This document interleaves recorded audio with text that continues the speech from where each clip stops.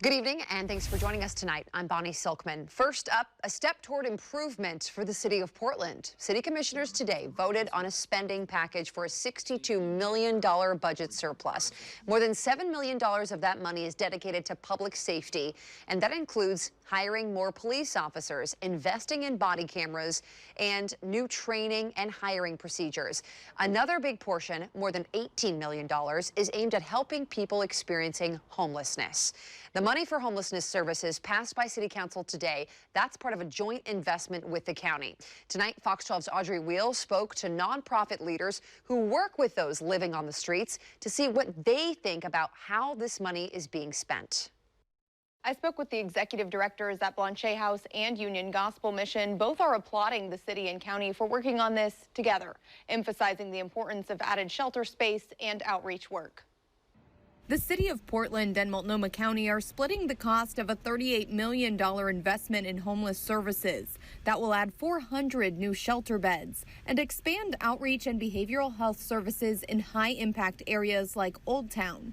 The mayor says it will increase campsite cleanups fivefold, returning to pre-pandemic levels, and offer resources for storage and hygiene. The money also creates a street services coordination center to monitor shelter bed availability so outreach workers and first responders can offer beds they know are available. I was really pleased to see that there was focus on shelter because that is going to get us some relief now. We're heading this winter season. And it's just tough on folks. It's the most humane thing that we can do for them. Jason Christensen, the executive director at Union Gospel Mission, says in dealing with Portland's homeless crisis, while permanent supportive housing is ideal, shelter is a necessary immediate step. When we're looking at people who are trying to climb the ladder to self-sufficiency, we got to make sure that we got those first couple rungs put in the ladder, that they are able to do that. I'm very excited and very optimistic, especially that the city and the county has come together. Scott Kerman, the executive director at Blanchet House, says he's been working with local leaders on having teams of mental health and peer support specialists move between agencies to help clients, so there can be consistency and trust in those relationships. People have let them down. Life has let them down. Life has been unfair to them. And so why would they trust anyone who says, I have the answer for you? I know what you need. But if they trust you, if you've built up that trust over time, then they can be willing to take that chance. He says in Old Town, they're seeing escalating mental health and addiction issues, so he's glad to see some focus in this area. They're just desperate and they're scared and they're suffering. And so we just want to try to help them survive from day to day, but also help them get a sense of hope, that there is something better that's out there for them. I asked both Kerman and Christensen if there's anything they think deserves more attention and funding moving forward to help people. They both said drug and addiction services. Reporting in studio, Audrey Weil, Fox 12 Oregon. What started as a normal school day turned into tragedy for a local family. Without any warning signs, an 8-year-old boy went home sick and died later that day. His parents are now hoping for answers from medical experts so other families don't have to go through what they're living through right now. Fox 12's Camila Orti has Amari's story. Old soul, larger than life. Those are phrases Don and Kenneth used to describe their son, Amari. He was in 3rd grade and seemingly healthy as could be when the unthinkable happened last week. His aspirations were just huge. Like Little Pumpkin? Amari King Churchwell was small, but mighty. Filling rooms with his happiness and that smile. I don't know how his cheeks didn't hurt because he was always like this all the time. The bright young 3rd grader who said hi to everybody, beaming in his baseball uniform, especially at bat, but lighting up the most around his brother and 2 sisters, will shine a different way now. Parents Kenneth and Don Churchwell believe Amari will continue to illuminate their lives even though he's gone. No signs of headaches, no signs of illness, nothing. Kenneth says he got a call from Amari's school on Monday of last week. I just kind of asked him, how are you feeling? He was like, oh, well, I don't know. I don't know what happened. The 8-year-old had gotten sick in the nurse's office, so Dad picked him up from school and took him home. I kind of was holding on to him, was going to help him, like lift up his shirt to change, and then like I felt like his legs go limp. Kenneth says he scooped up his nearly unresponsive son and rushed him to the hospital, the medical team immediately doing a CT scan. That's when they came back and said that he had a mass in a portion of the brain that was near the brainstem. The tumor causing swelling in Amari's brain. And they said no surgery could bring him back. Devastation and disbelief, but also another opportunity, the Churchwells say, for Amari to make the world a better place. He said he was going to be a doctor, and the purpose of him being a doctor is specifically to help children. They've given the okay for researchers at OHSU to study Amari's brain and brainstem. We thought that if there's the opportunity for them to learn about what happened, we feel like Amari would want those answers, and those answers to help other people. The Churchwells told me the outreach from the community has been incredible. Some of their good friends set up a GoFundMe page to help the family with medical and funeral costs. It has raised more than $35,000. We have a link to that page on our website, kptv.com. In studio, Camila Orti, Fox 12 Oregon. Tonight, a Portland man is facing charges after police say he shot at someone right in front of police officers. And it didn't end there. Police say he also tried to hide in a neighborhood. Fox 12's Drew Marine explains. Portland police say they were patrolling the area here near North Lombard and Mobile when they saw a man walk up to a car and shoot at the victim, who ran away. Just before 8 o'clock Tuesday night, Portland police say officers were driving near North Lombard and Mobile Avenue when they saw 35-year-old Jesse Hall walk up to a parked car. Someone then got out of the car and started running, and that's when police say Hall shot at the victim, got into the car, and drove off. Officers say they followed Hall, who crashed near North Farragut Street and North Curtis Avenue. Police say he then ran off and went inside a house nearby. Just down the street, Alan Cushing was at home when he heard what was going on. My wife and I were just hanging out at our house and got an alert that there was like an active pursuit of a suspect, and that we need to stay indoors and kind of lock everything up and just kind of be observant. We got another alert that the all clear and that the person had been apprehended. So you kind of breathe a little bit of a sigh of relief. Police say they convinced Hall to come outside and he surrendered. When they arrested him, they say he had a semi-automatic pistol. Even though this happened in Cushing's neighborhood, he says it didn't faze him. Unfortunately, you just kind of get a little bit used to it, kind of get a little numb to it. You know, you're seeing reports at least a couple times a week of whether it be armed robberies or even stabbings and shootings and things like that. It just kind of happens pretty routinely at this point. And so you see it and you go, oh, well, that happened again. And you just kind of keep moving on. Portland police are still looking for the person who was shot at in this case. If you have any information, you're asked to email crimetips@portlandoregon.gov. In North Portland, Drew Marine, Fox 12 Oregon. Many law enforcement agencies are feeling the effects of staffing shortages right now, and that includes the Multnomah County Sheriff's Office. The issue is part of a much larger public safety picture. Fox 12's Bridget Chavez tonight went on a ride-along with a deputy and explains. The Multnomah County Sheriff's Office has 14 open positions it needs to fill, and while that may not seem like a lot, Sergeant Brian White tells me he's never seen this many vacancies before, and he's been here for 18 years. When you have that many vacancies or that type of a vacancy rate, then it starts to impact other assignments and other units who then can't become fully staffed. White says deputies have left for a number of reasons, like a lack of support for law enforcement, risks of the job, and the pandemic, but that no deputy has resigned because of the vaccine requirement specifically. There's a lot of different factors going on, and our agency continues to look at different ways to try and recruit the right kind of folks to do this job. And this is definitely a job that not many people want to get into. He says they've had to pull some deputies from specialty units back to patrol roads.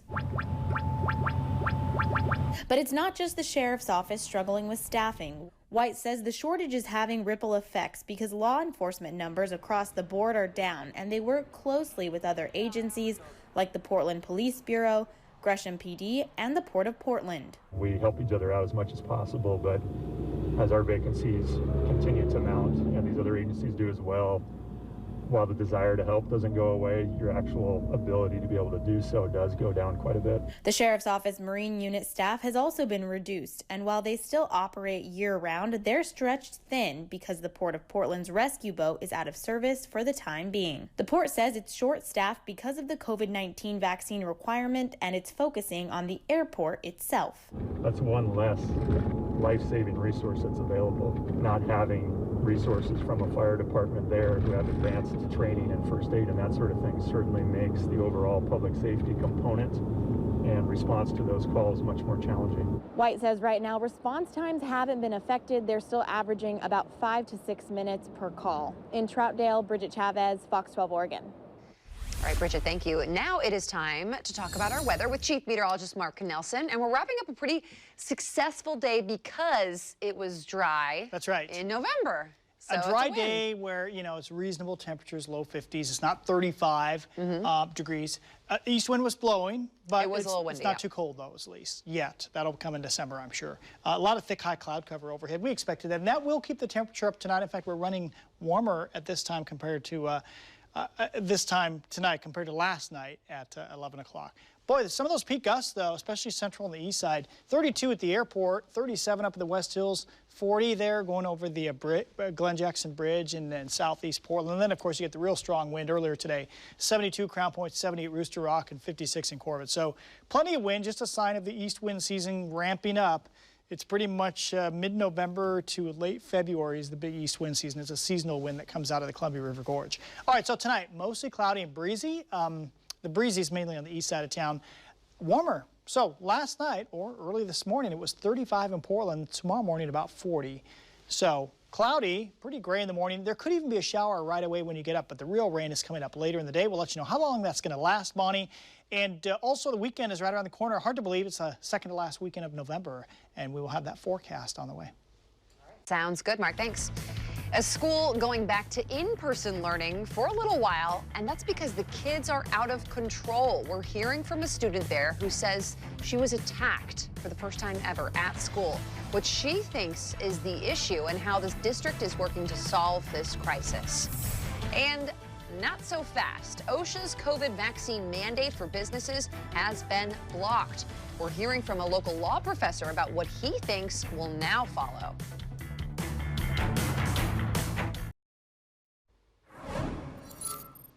A local newspaper landscaper is hoping that you can help find Fox 12's Most Wanted tonight. Someone who stole one of his work trucks from right outside of his house. Gerardo Cruz said that truck was stolen Sunday night into Monday morning near Tigard. Here's a look at the truck. It's a white Ford F450 with a dump bed on the back. Now, he says the truck is very important in the fall or when he has big cleanup jobs to do. I had to make several trips in this one, and that one is just one trip. I get all my job done. Gerardo also said that the people tried to get into his other truck too, but they only got away with some coins. He's hoping he can get the truck back to help with his work, and he says he's offering a $1,000 reward for information. Anyone with that information should contact the Washington County Sheriff's Office as well. Fox 12 is your school authority, and tonight we're hearing from a Reynolds Middle School student after the school announced it was moving to distance learning for 2 weeks because of outbursts among kids. 8th grader Brooke Buckland says that she's been bullied and even physically attacked at school. She says that's never happened to her before. Her mom, Sabrina, says this break is necessary to keep everyone at the school safe. Brooke says students have been under stress and ever since the pandemic and don't know how to act around others. They haven't really socialized with a lot of people. They haven't seen their friends in a while. They're just lonely. I think an officer should be there because there's like an on-duty person there to help. Steve Padilla, Assistant Director of Public Relations for the school district, says that teachers there are also struggling to handle the return to in-school learning. During this 2-week period, Padilla says that the school will work to prioritize the emotional and social health of the students. He says they'll add more resources as well, like trying to have more staff in hallways and classrooms. The school board held a meeting tonight where members had a chance to weigh in on how to move forward as well. OSHA announced it is suspending enforcement of the federal COVID-19 vaccine mandate for large private businesses due to a court order. The U.S. Court of Appeals for the Fifth Circuit upheld a stay on the mandate. In response to the court's decision, the Department of Justice says it will vigorously defend the rules laid out by OSHA. Previously, OSHA gave employers with more than 100 employees until January 4th to require COVID-19 vaccinations or weekly testing as part of President Biden's plan to combat the virus. Under that mandate, businesses could be fined thousands of dollars for not being in compliance. A law professor, Yin, broke down what could come next.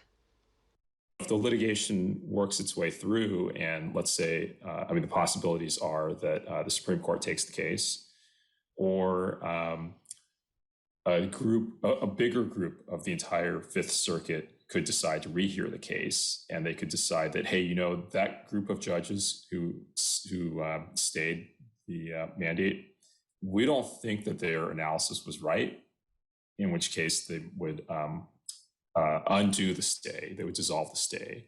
So that might then also lead OSHA to think that, hey, it's okay, let's move forward with the mandate. And before the suspension of enforcement for the mandate, senior administration officials said OSHA would help employers in creating their own vaccine and testing guidelines. Officials in the U.S. border town of Sumas in Washington are bracing for more flooding as high water devastates a Canadian neighboring city. Officials are keeping a close eye on the pump station in Abbotsford, British Columbia, which could bring more floodwater to Sumas if it fails. Roughly 3/4 of the homes there have already seen flood damage from this week's heavy rain. Currently, floodwaters are receding, and the hope is that will continue to happen so people can get to their homes. Parts of the city are still without power tonight. Officials say restoring that power is currently their priority. Tough to see all that damage. We got a little bit of that storm on Monday, and nothing compared to what they're seeing up there. I saw a graphic on Facebook. No, that's not where I get my weather information. But on Facebook, it was interesting. It said that whole lower BC, the mainland area, and extreme northwest Washington, mostly cut off by land routes.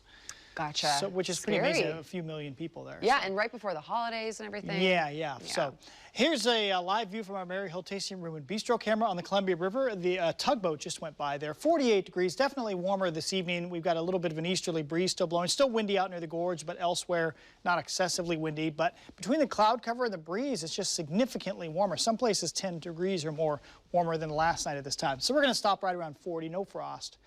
And then east of the Cascades, 20s, the high clouds a little bit thinner, letting things cool off a little bit more. Okay, so what's ahead? What's the big picture showing? Well, we don't have any big weather systems coming through Thanksgiving Day.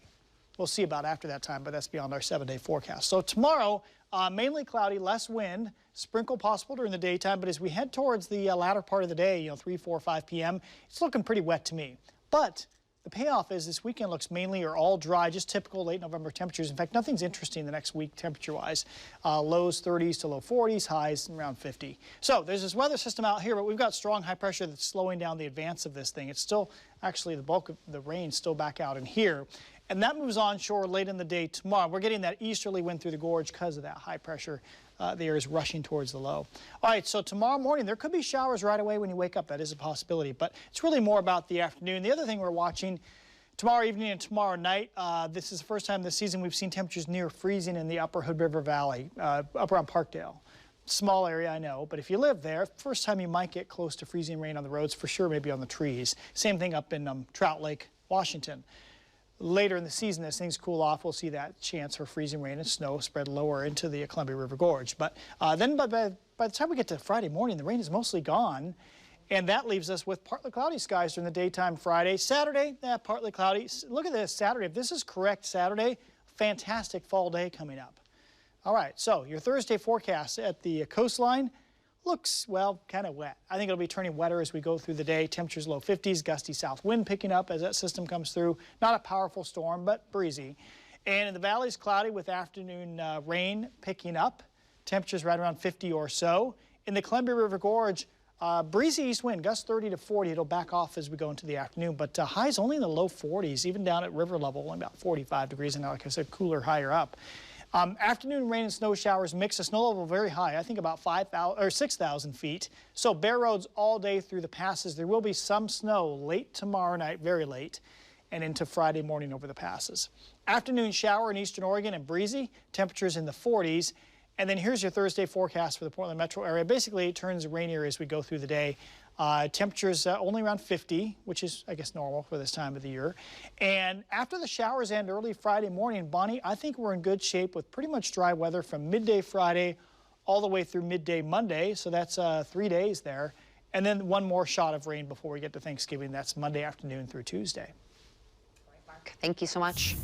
A popular rap artist is dead after being shot in his hometown of Memphis, Tennessee. Young Dolph, whose real name is Adolph Robert Thornton Jr., was found dead outside of a bakery this afternoon. The 36-year-old was reportedly buying cookies for his mother when someone drove up and shot him. Police don't have a suspect tonight. Young Dolph released his debut album, King of Memphis, in 2016 and went on to have several hits and even a #1 album. He leaves behind 2 children. The second day of jury deliberations in the Kyle Rittenhouse murder trial was all about the video evidence. The jury asking to get another look at the footage, while the legal teams argued over a piece of drone video, prompting one side to ask for a mistrial. For Fox 12 tonight, Madeleine Rivera brings us the latest. 2 days of deliberations in the Kyle Rittenhouse murder trial and still no verdict. The jury spending about 45 minutes Wednesday afternoon rewatching video evidence as they work to determine if Kyle Rittenhouse fired shots in self-defense or if he was acting as a vigilante when he shot 3 men, killing 2 during turbulent protests in Kenosha, Wisconsin last year. The jury asking to review footage, including drone footage that shows the shooting of Joseph Rosenbaum. I'm going to be asking the court for a mistrial. On the table, 2 motions for a mistrial, one with prejudice, one without, in which the defense says the state withheld higher quality drone video, allegedly giving them a lower resolution version of potentially crucial video. The video, only shown by the prosecution during closing arguments, claims to show Rittenhouse pointing a gun at protesters before the fatal shooting. We didn't have the quality of evidence that the state had until the case had been closed. And I think that is required in a case like this, where he's looking at a life sentence, potentially without parole if he's convicted. And I do not believe an unknown technical incident should result in a mistrial. The judge not yet making a ruling, but says he can declare a mistrial at any time, even after the jury reaches a verdict. If there's a guilty verdict on any degree, then the motion will have to be addressed. And outside the courthouse, tempers are flaring as protesters on both sides wait for a verdict. Kenosha police intervening, taking multiple protesters into custody. Deliberations are expected to resume Thursday morning. In Kenosha, Wisconsin, Madeleine Rivera, Fox News.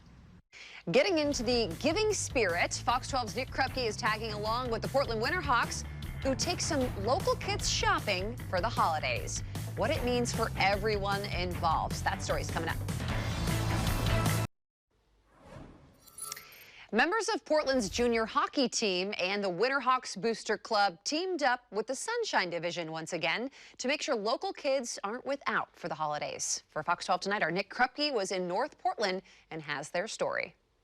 Off the ice, but warming hearts. Kids in the aisles here at Freddy's on Interstate saw a hat trick of laughter, love, and thankfulness. With $100 to shop alongside these big kids in their own kind of holiday sweaters after missing out on this annual day of giving last season.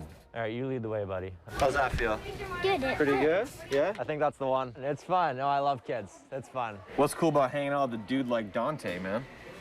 Fun. So, unicorn or puppy? Puppy. I like that. I think all the toys are downstairs. Yeah, they are. I remember that. I've been down there all the time. Guys, don't have enough money to get like a Roblox thing called. Oh, what? You gotta keep the running total in your head, though. No. Got the calculator. That's a joke. What's a joke? The calico critters? Yes, the cat. Oh, Persian. That is a joke. I get it now. Any of the stuff you like? I've been here for a little bit now. We did them in my first 2 seasons. We couldn't do them last year, so just to be back here is pretty cool just because they always love doing this stuff and just being a part of it. It's pretty cool. What's next? Beyblades? Could I have 2 around here? You like those guys? Yeah. It's my first time. I think it's just really cool going around and kind of seeing their eyes light up when they see things. How cool for you, Lucy, to be out here hanging out with the Winterhawks? Awesome. I get to hang out with the Winter Hawks and get to be on TV and get super cool stuff. Perfection, right? It's great. We all love spending time with the kids. It's awesome. I think we all love it just as much as they do. You know, it's really nice to spend some time with the community and really help out here. So it really means a lot to all of us. We're really grateful. Go Hawks. Like it, amen. So good to see the Shop at the Hawks return after, of course, the pandemic took away this kind of joy 1 year ago. At Fred Meyer in North Portland, Nick Krupke, Fox 12 Oregon. Ooh, all the shopping. Thank you, Nick. Love that. Okay, so I'm already looking ahead to the weekend. It's Wednesday. Well, it's We're Wednesday allowed. night. Everybody does. Some Cool, people cool, look cool. at it Monday. You're right. It looks dry. I think for Saturday, partly cloudy, really nice day. Sunday, maybe some of the non-east wind areas might have some morning fog. Sunday looks uneventful. There's no weather systems nearby either day. Impressive looking forecast, at least for the weekend. Yeah, I think so. Sure. All right, Mark, thank you. That does it for us tonight. We'll leave you with this live look looking at the city lights. We'll see you back here tomorrow morning. Have a great evening. Thanks for watching Fox 12 Oregon News. Watch us live wherever you are on our mobile, on our streaming news app, and you can also watch us on Roku, Apple TV, and Fire TV.